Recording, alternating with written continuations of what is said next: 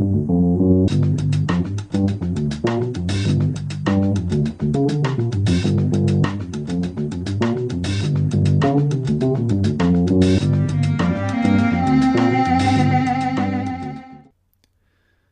now learned a little bit of an overview about how we're going to put this whole project together, what kind of videos you're looking for on YouTube, and the idea of having different space for the different layers. We've also watched a video already on how to actually get the videos off YouTube, both as movies, QuickTime movies, and as MP3s. So I identified 4 different layers you should go for: a drum beat, a couple of different riffs, and a bass line. And in this video and the next video we're going to look at how we can actually take bits of bass line, and then in the next video a drum beat, and create the raw material for creating loops out of those. So here's a video that I really like the look of for my bass line. Let's have a little listen to this.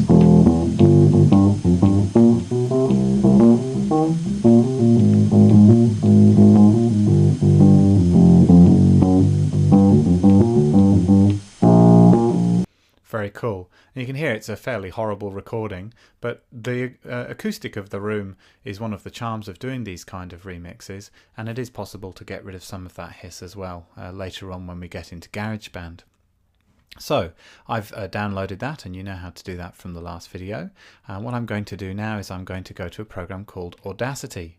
Now, if you want to download Audacity, it's a free application. It doesn't come on your Mac, but if you do a Google for Audacity, you'll be able to download it for free and install it. And do get the latest beta, because there are always lots and lots of new features being added. It's a pretty stable program for a free program.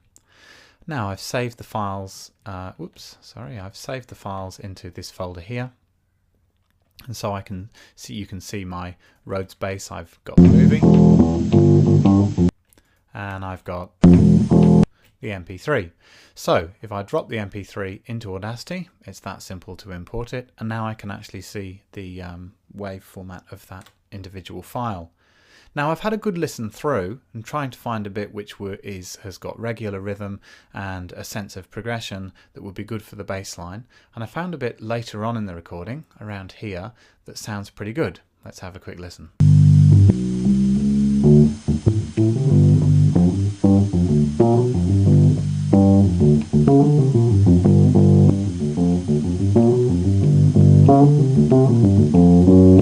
Alright, so what I want to do now is zoom in a bit on that. So you can press Command and 1 to zoom in. And I'm now going to try and find the exact start of that passage.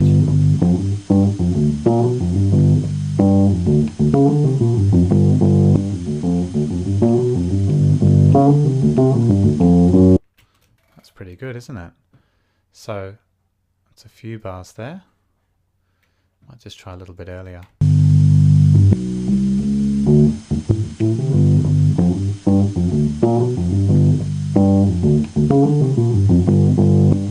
No, it does seem to be there. So you can, if you actually zoom in really closely, you can see where the start of each individual note is, because it has some attack. So this is a bit too early. I want the dum dum, so that's going to be around here.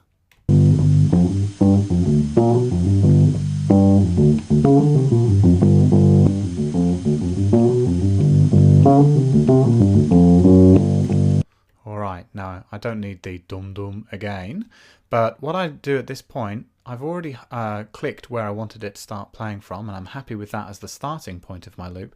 Now I'm going to hold down Shift and click again, just after the end of where I think my loop ends. And what I'm going to do is I'm going to make a new Audacity file just with this bit in it. It's quicker than cutting off the start and the end from the file. So I just press copy, and then I press new, Command N, and then paste that in, Command V. Alright, now if I zoom in a little bit again, I can see whether I'm happy with the very start of this. What you can do, if you have a very loud bit, you go suddenly into a loud bit, that's going to create a click on a loop. Now I'm actually not too worried about that, but if I am worried about creating a click on a loop, you can highlight just the start of the loop and then go to Effect and Fade In, and that will get rid of any click at the start of the loop. Now I want to do the same thing at the end, except I'm actually interested to see exactly where this ends. So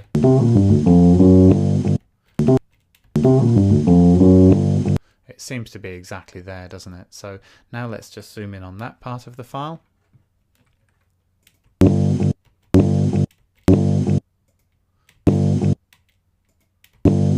Until we're really happy that we've got that exact point, and then again shift and click and press delete. Now we're going to save this in a second and export it so we can turn it into a proper loop, but you can get a little bit of an idea about how this is going at the moment as a loop by holding down shift and clicking here.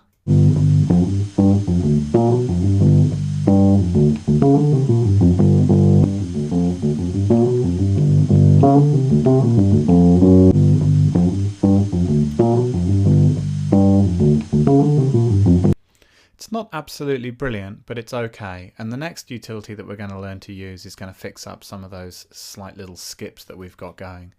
So once you're happy that that's close enough, we just need to save it. And you actually end up saving it twice. The first thing that we do is we save it as an Audacity project in case you need to come back into here, save yourself cutting it out again. And an Audacity project, I'll just put this one on the desktop so it's easy to find. We'll call this. Now you need to think about how you're going to name the files very carefully. So in this case I might call it something like Rhodes Bass. And then I suggest that you actually go back to the website that you got it from and you take this little bit of code here. This is the individual identifier for the YouTube movie, because you're going to want to credit this the person who made this video later on in the process.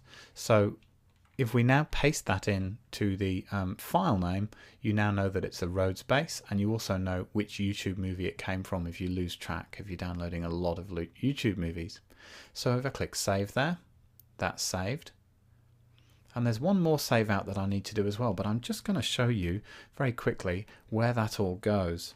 So if I go to the desktop now, you can see that I'm actually going to find an AUP file, that's an Audacity file, and also a folder with the same name, Rhodes Bass, and then the code, and data.